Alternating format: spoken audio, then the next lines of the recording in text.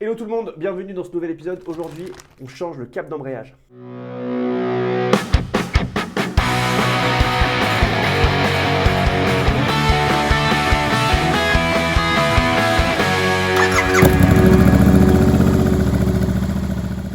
Alors comme on l'a vu dans la vidéo précédente, nouveau guidon, nouvelle poignée d'accélérateur, des petites poignées de chez Bitwell là, et du coup on a un résultat qui est un petit peu plus esthétique que le guidon d'origine. On a aussi mis un seul câble d'accélérateur maintenant, alors que d'origine il y en a deux. Et du coup, on va un petit peu faire la même chose pour le câble d'embrayage.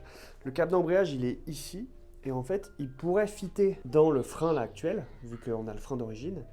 Mais en fait, il est encore trop long. Normalement, il est censé se mettre à cette hauteur. Vu que le guidon est plus petit, et ben, il va être ici, et là, il gêne beaucoup, parce qu'ici, on va venir placer le phare, et du coup, ça pose problème.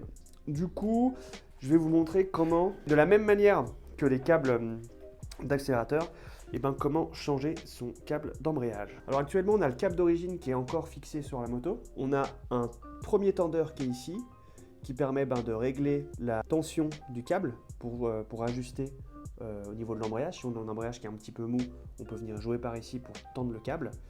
Le câble, il est dans cette gaine, il passe ici, il longe la moto là, et il revient ici, et là c'est la même chose, on a un deuxième tendeur qui est ici, et du coup on peut jouer aussi pour tendre le câble.